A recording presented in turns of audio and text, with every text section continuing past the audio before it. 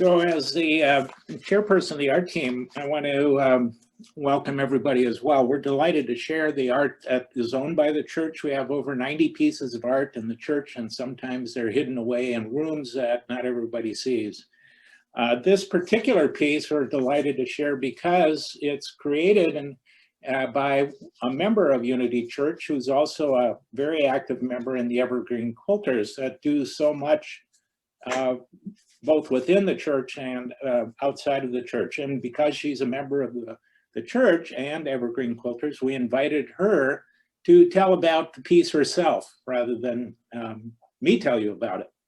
So Rose Allen, please tell us about Variations on a Circle. Thanks, Paul. I'm so pleased this is being featured, and I'm so happy to see it because I have missed all of the lovely art that's been at the church for the last year. Zoom is great, but being in person is even more wonderful.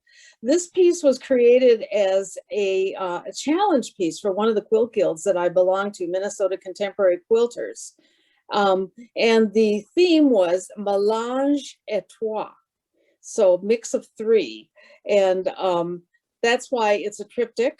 There are three separate pieces with that. I work very much kind of from a graphic design perspective in my work, and I was really fascinated with ovals, circles, and whatever is in between. And so that's basically what I had in mind with this.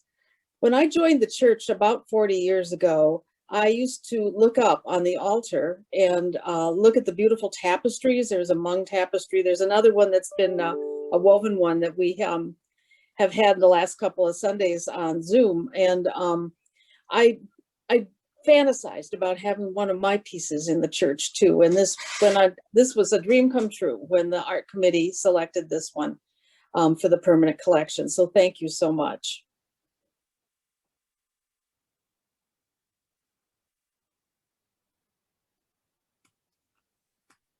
I think I'm up next. I'm the floral artist that interpreted Rose's beautiful piece. I have been, I've loved attending Mia's Art in Bloom for many years, and it's always been on my bucket list to actually create a piece. So this was kind of a nice ease into achieving that goal. I've been in love with color my whole life. Colors in nature are particularly spectacular. One of my fondest memories of matching flowers to fabric was in 1990 when my future husband met me in Amsterdam. I had been studying in Europe for a few months. And I was able to meet him at the Amsterdam airport with 50 tulips that matched my purpley fuchsia t-shirt to a T. And those 50 tulips were $5. So we enjoyed handing those out to strangers on the street on the way to our youth hostel. But that was spectacular. So my background is I have been a color consultant for the last 20 years. So I knew my piece that I would be picking for Art in Bloom would revolve around matching color and shape and texture to evoke the art as closely as I could with nature's palette. I chose Rose Allen's quilt, Variations on a Circle, for its beautiful subtle tone shifts in color, particularly within the circles. And I also knew I wanted to use roses as a nod to Rose's name. So, and also what a beautiful, roses come in those beautiful creamy and peachy palettes that are a great pair with this quilt piece. My process was a bit more technical than I usually work.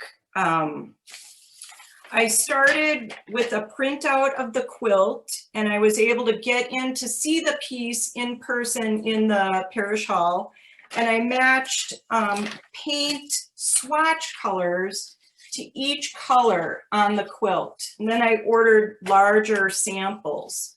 From there, I did a large grid, and the quilt is 3 feet by 3 feet. And so I chose to do it 18 inches by 18 inches. So I gridded that out, and my husband made a nice black frame that size that I painted black to give a nod to the basted edge of the quilt.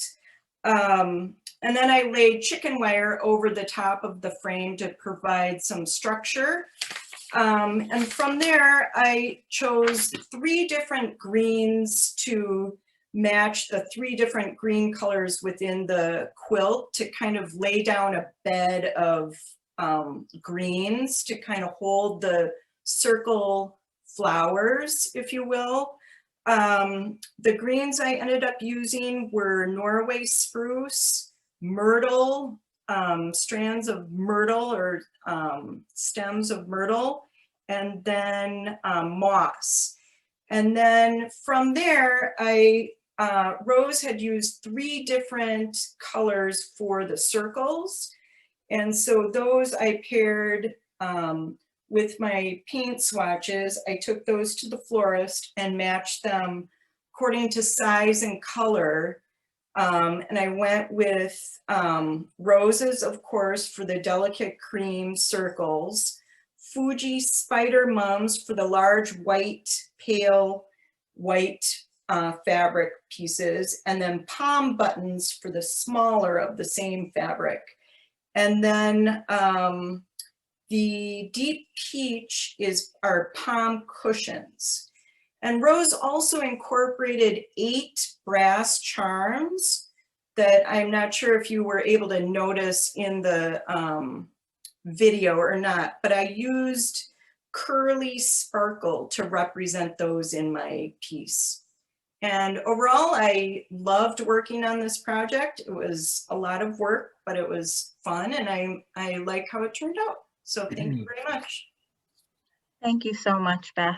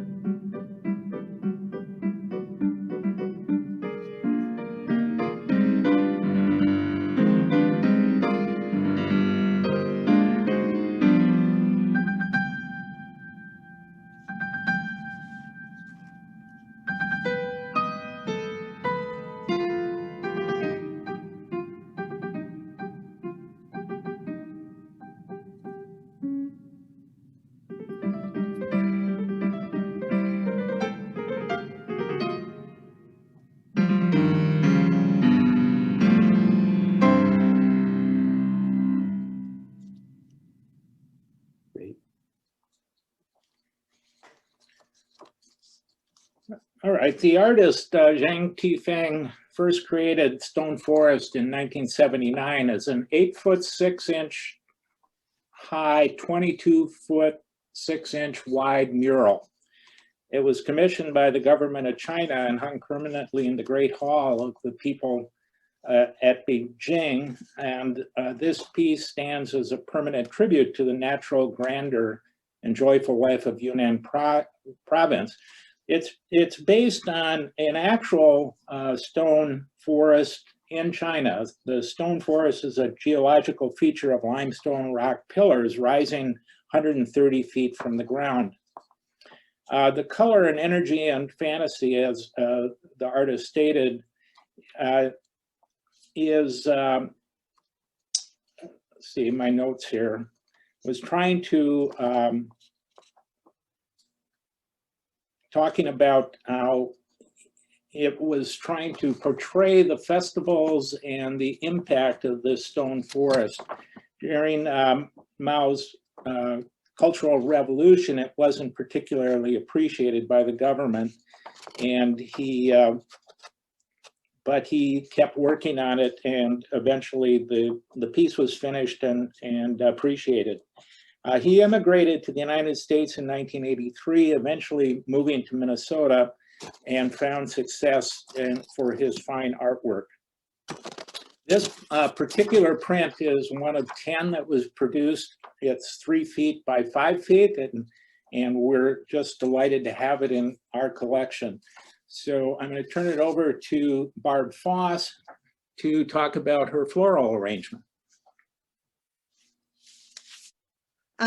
I have been a member of Unity for about a dozen years, and I was initially drawn here by the beautiful art and music offerings of this community of diverse worshipers.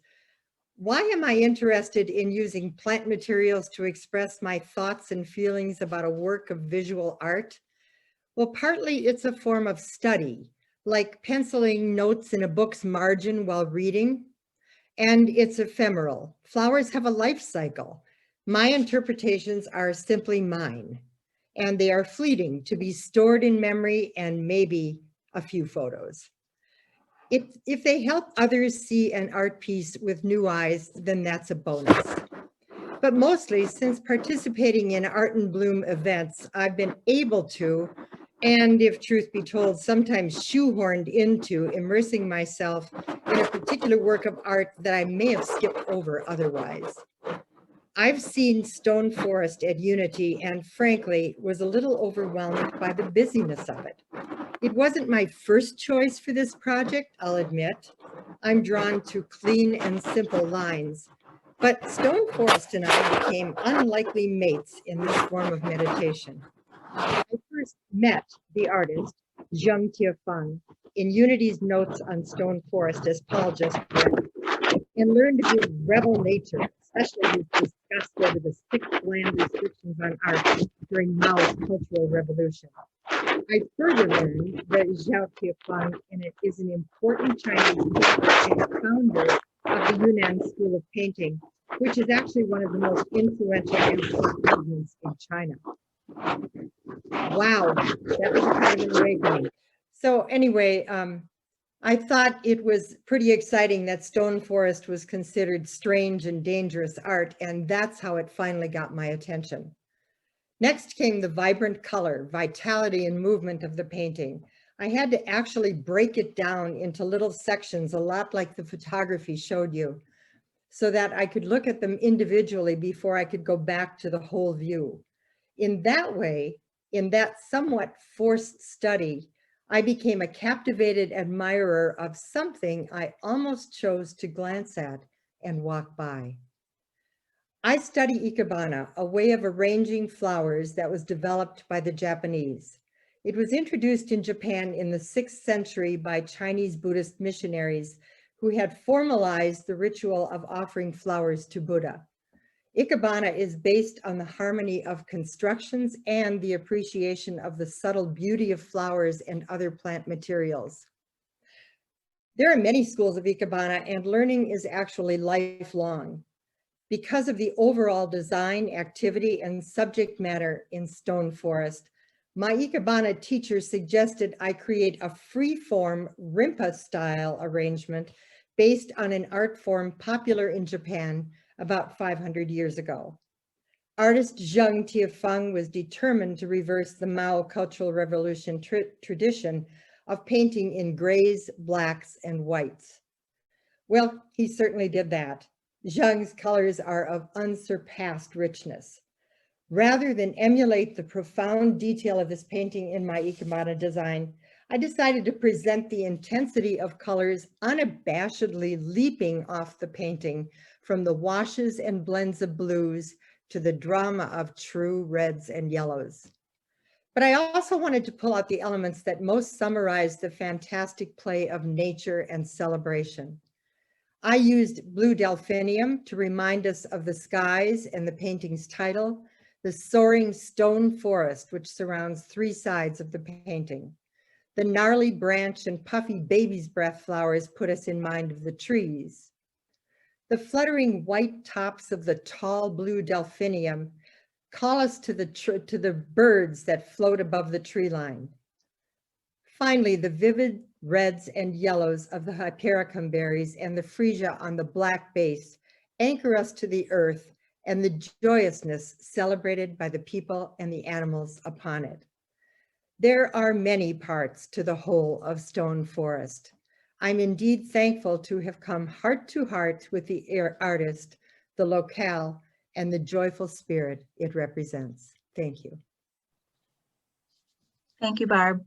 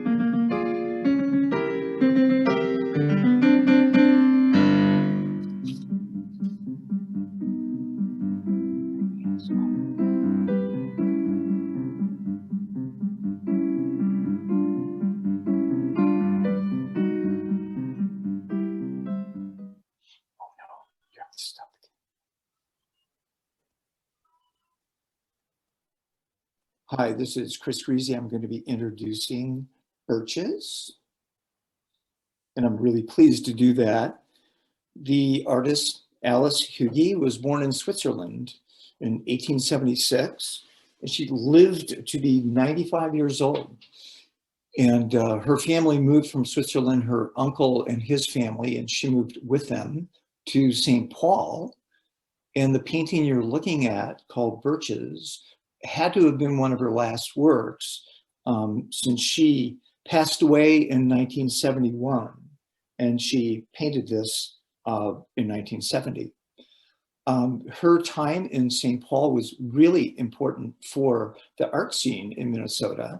She had a very commercial art career with contracts and commissions all over the Midwest with major companies back then. She helped found the first art gallery in St. Paul. She was considered part of the founding member of women who were Impressionist painters. So you're really looking at the work of a pioneering artist in Minnesota. There's a wonderful quote that we have captured from her, and I'm going to read that to you. She was interviewed by the Pioneer Press, and Alice said, "There's no delight greater than the delight of creating something all your own, which expresses you apart from every other human being. The satisfaction, what does it for the artist. The expression of beauty in art is as important to a human experience as any other." So we're sorry we lost her, but there is a fairly large body of her work which you can find on the internet. And now I'm very happy to introduce Dianne Grasty and ask you, Dianne, what sort of inspirations did you find in her work? Well, thanks. My name's Dianne Grasty, as you said, and my husband, Peter, and I became members at Unity about 6 years ago. And since then, I've enjoyed meeting lots of wonderful people at the church, as well as being involved in a variety of activities here. And I was really delighted to learn about this Art in Bloom event because it seemed like just the creative endeavor I needed to counteract the doldrums of a quarantined winter. In the past, I've attended several of the Art in Bloom events at the Minneapolis Institute of Art, and I've always been amazed at how the floral designers interpreted the chosen pieces. And their flower designs coaxed me to relook at the original art and kind of see it with new eyes. So as a high school student and college student, my summer job was in a florist store in Des Moines, Iowa. and I was primarily a sales clerk, but over time they let me try my hand at some simple designs, and I, through the process, came to really love arranging flowers. This painting that I chose as my inspiration, purchased by Alice Tuji, shows a simple and familiar scene of winter trees and snow, and it evokes for me a quiet peacefulness. Most of us can head to a local park or drive to the woods and be immersed in just such a scene. In fact, I learned that Alice was inspired to paint this piece in St. Paul's Phalen Park. The soft watercolor scene feels like Minnesota to me. And it's a piece that I, like Alice, have called home for many years. In selecting my materials, I chose a rustic wooden box as my container to coordinate with the wood in the painting, but as well as the wood in the frame of the art. And I wanted the box to be long and low and have some depth so that I could reflect a bit of the perspective as well as the density of the trees. I selected some white flowers with various textures and sizes to represent the covering of the snow, and it seemed important to utilize natural elements for the trees and the leaves. So I gathered branches and twigs during a recent trip to the North Shore. And with the help of my fellow hikers, I collected items of various sizes and shades of white, gray, and a pale blue, green, and brown. That all colors that I saw in the painting. This experience has been lots of fun for me, and I'm grateful to all of you who are attending tonight, and I'm especially grateful to the people who made this event happen, that supported it, and organized it. So thanks. Thank you, Diane.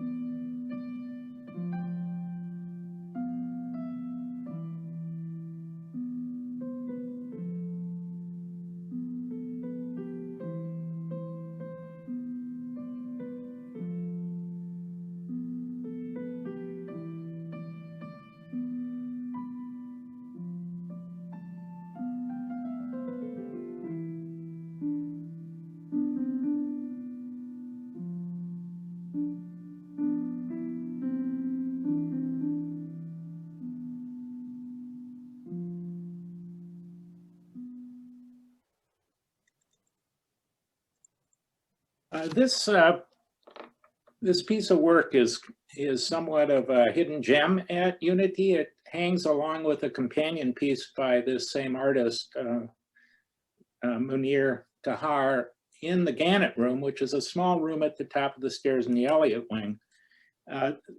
This artist explores theater, puppetry, experimental music, poetry performance, dance, and visual arts. And he's particularly interested in exploring experimental music.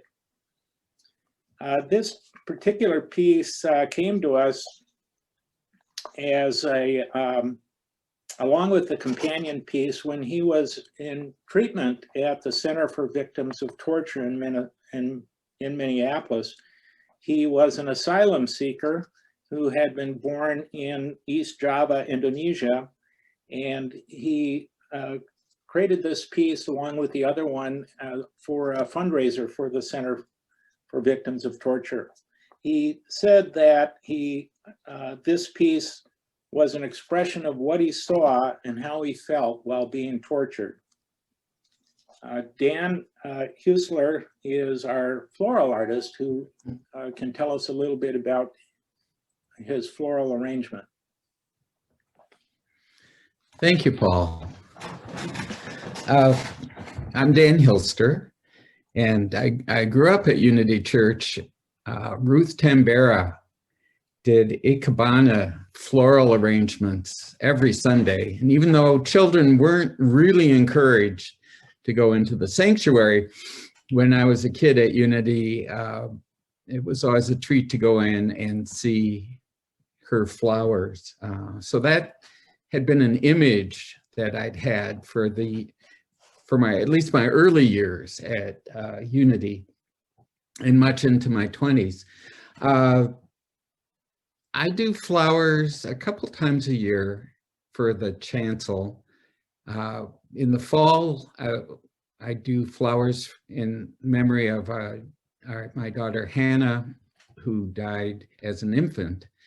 And being a poor bookseller back in the day, to go out and buy flowers was not something I could do. So I started gathering wildflowers, which get presented, and it's quite large, since our sanctuary is a large space. And then recently I've started doing flowers in the springtime in honor of my mother, or memory now of my mother. And my goal there was to bring a bit of springtime into the sanctuary. But again, it tended to be a large thing. So when I looked at the piece by Mr. Kahar and saw it was nestled into a corner of the parish hall, I had to change my whole sense of scale for this. When I looked at his picture, his painting, it's quite dark. The pictures are able to pick up the colors more than when you see it during the daytime. And there are blocks of color in the painting. So when I looked at flowers to see what might work, I was thinking of groups of flowers and blocks of color. There's this wonderful creature that is kind of braying upwards. And Paul, I appreciate that you were able to find more of the backstory of how this painting was created. And it now makes perfect sense. Mr. Kuhar's more recent paintings tend to be full of surrealistic animals and vivid in a much different way. Whereas this, even the title, Fossil Blue, evokes kind of a rock-like hardness to it. When I was looking for flowers, I came across some red flowers that were called Kangaroo Feet, and they were exotic to me, something I hadn't seen before, but the colors picked up the red stripes that are in the painting. And I also knew that the artist had come from Indonesia, so I have this sense that Indonesia, being tropical, is full of lush colors. And so as I was gathering the different pieces or floral products to put together, there's a green base to the painting. So I anchored using eucalyptus, and then used the different flowers to pick up some of the colors in the painting. The vase is actually something my mother gave us. She always did Easter baskets. And one year she said, "Would you mind if I gave you a pot as an Easter basket this year?" It's something she just thought was wonderful, and it's red, again, seemed to speak to the colors that are in the painting. And so that was why I chose that particular vase to hold the flowers. Madeline, I'm done. Thank you. Thank you, Dan.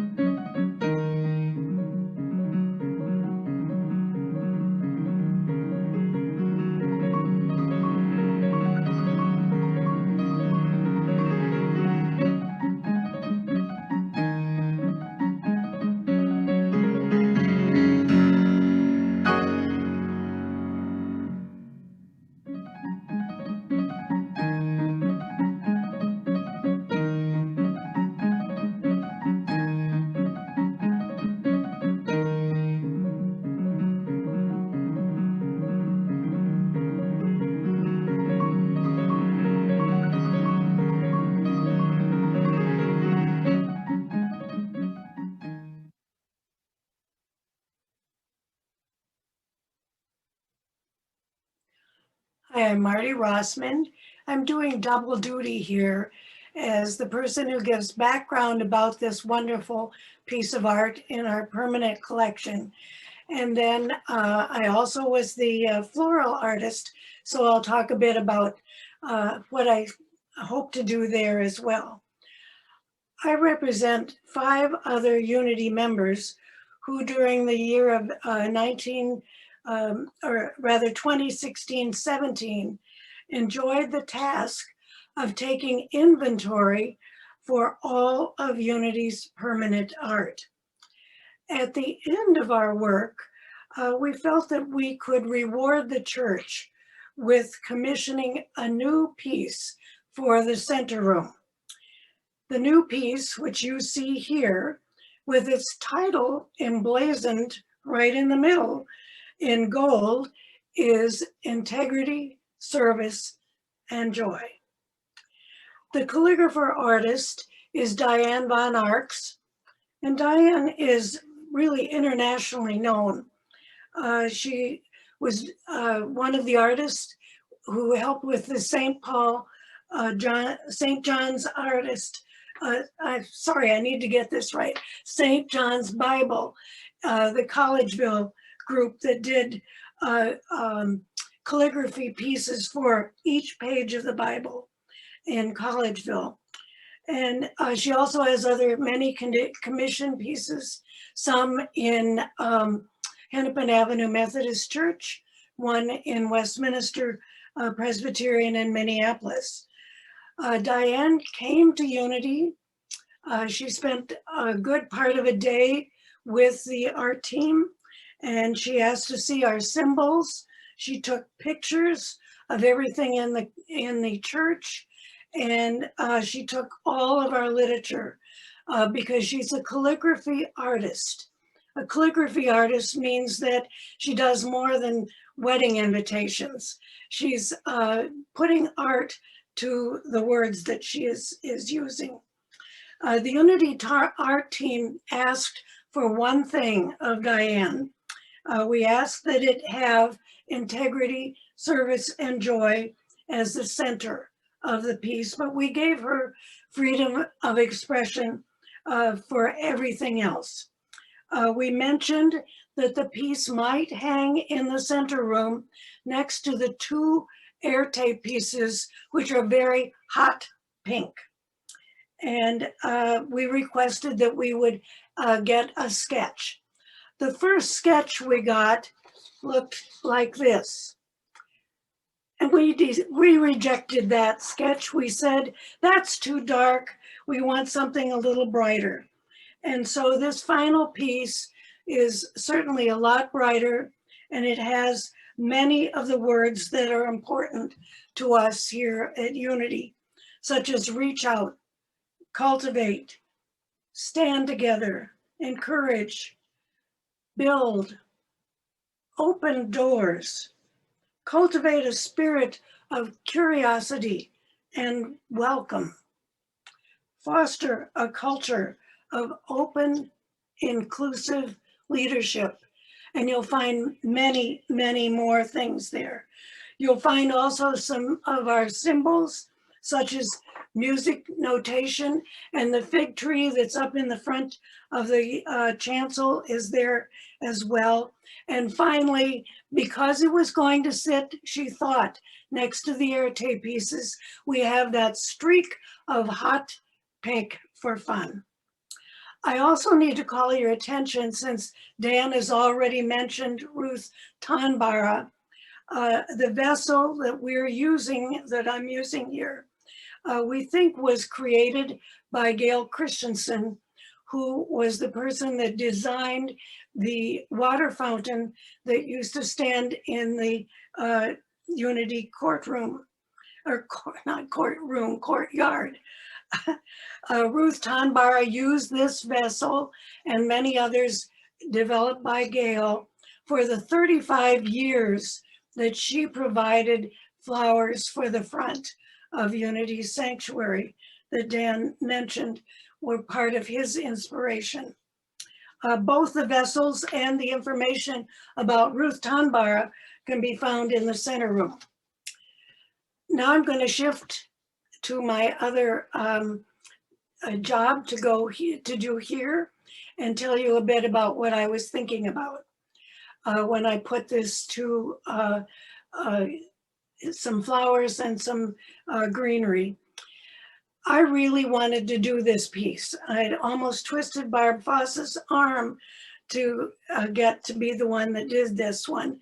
And you know what? Many times I've been told, be careful what you wish for. And after I began working on it, then I realized, oh my goodness, this is just mostly green. What am I going to do? How am I going to get lots of tall, because it's a very tall piece. How am I going to get lots of greenery? Well, I went for the Christmas cuttings from some spruce trees.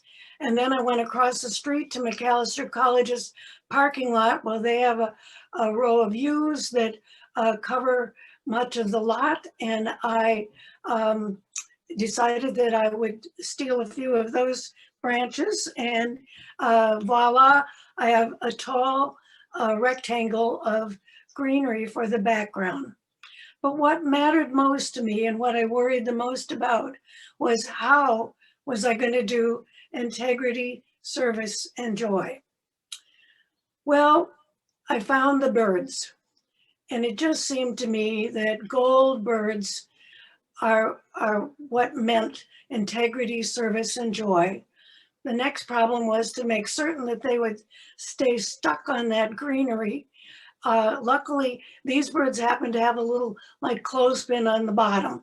So they're hanging on there by dear life, and we have integrity, service, and joy. Then what was I going to do for the hot pink? It's not the time of year when you find a lot of hot pink fresh flowers. So I had some hydrangeas that I had dried from my own backyard, and I found a can of paint at Ace Hardware. So I cheated a little bit. The hydrangeas were pink, but not hot enough. So the hydrangeas came with a little help. And then I also worried about the two really straight lines of wonderful, wonderful words that we use at Unity. And what was I going to do for those? I decided that the birch posts would probably represent those as well as anything else, though this time of year it was hard to find those as well.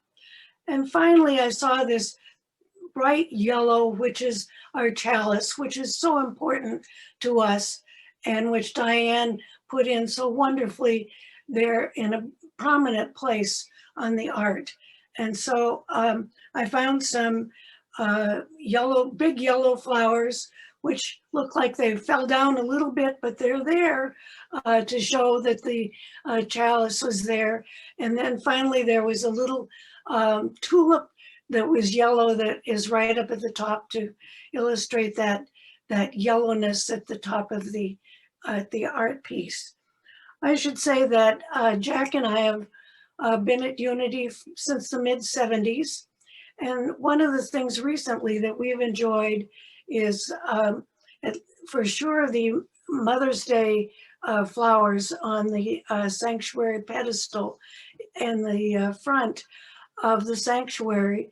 But recently then I've also enjoyed doing the Ikebana that Barb Foss mentioned in Ruth Tanabera's vessels. So I thought this would be easy. It was more difficult, but it was very joyful. And I do have to say that it helped me to think a lot more about integrity, service, and joy. Thank you so much, Marty.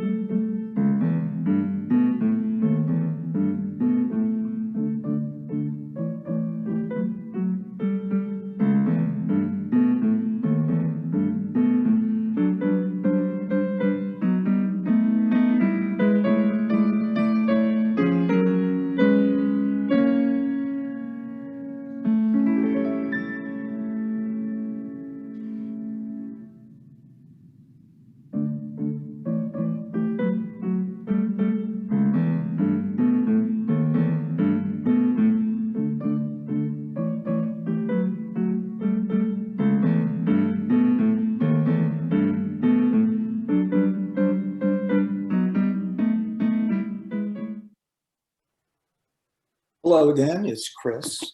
I'm so happy to be able to introduce this piece.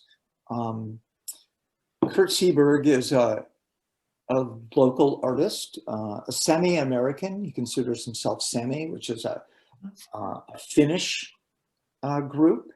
And I was fortunate enough to help hang his show, which was one of the last shows. It was 2019 from when we were able to do that.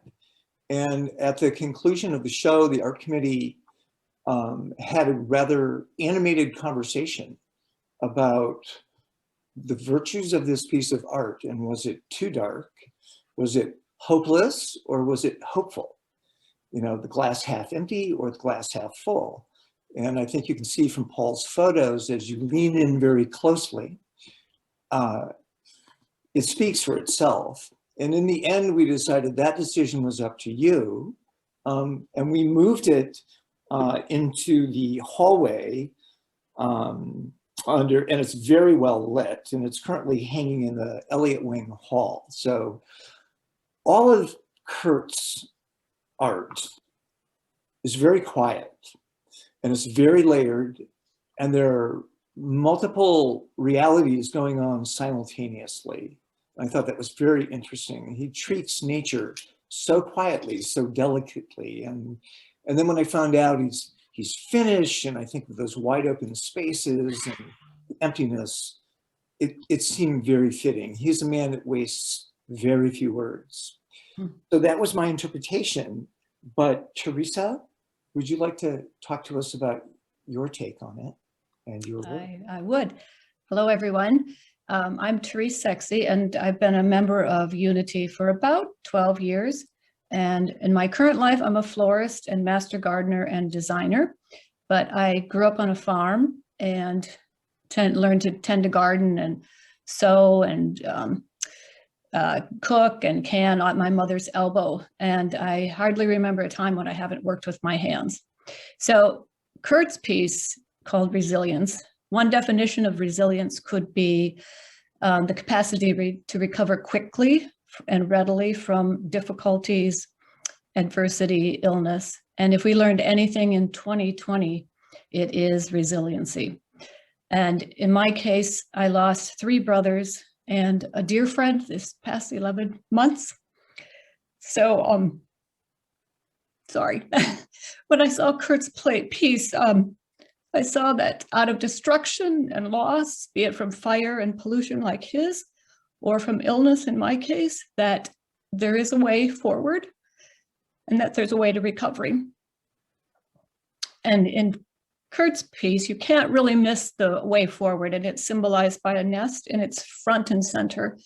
And so I love anything with a nest, and I chose to make that the focus of my piece. And it's, yeah, sorry. So I filled it with the most resilient, I was fresh out of birds, little baby birds, so I filled it with the most resilient prehistoric plants that have survived the Earth's 5 mass extinctions, things like ferns and protea and mosses and lichens, and then life-affirming eggs. And I placed it at larger than life, or large, and at eye level, so that the viewer can look in and see that there are green things growing. There is hope that we can move forward, that moving forward is possible. Because if we learned anything in this time of COVID, it's that life could be short indeed, but also highly resilient. And though Kurt's piece has a very sort of subtle color palette, and not conducive to bright flowers, I feel like I captured the essence of his piece and the spirit of his piece using the dramatic manzanita branch to symbolize the trees and the logs, and the spent clematis flowers to symbolize the smoke in the sky. And then I placed the branch in a vase and filled it with rocks, but also the trash that allows, sadly, allows the rivers to burn. So that was my piece. Thank you. Thank you, Therese.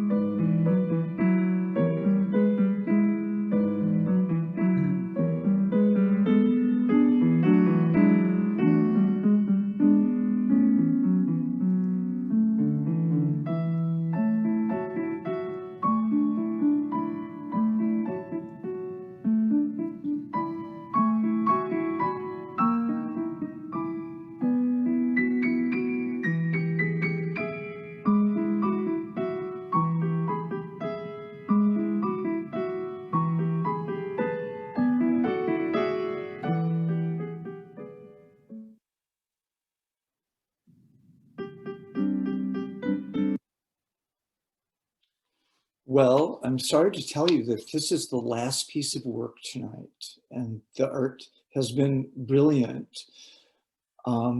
Throughout this process, for me personally, I loved Paul's photographs that take you inside of the frame. And once you're beyond the frame, you're in the art with the artist, which is a great place to be. This particular painting has come to mean more to me as I've done a little research on it, and as I've worked very hard to say Homorod St. Peter, which is much easier to say once you know you're in the Homorod Valley in the little tiny village of St. Peter, a population of 200. But Rob and Jan and all of you pilgrims who have been there can tell me much more. But if you look at this painting, it's just wonderfully embracing the green background sort of represents the hills and the mountains. The church itself is the only church in the village.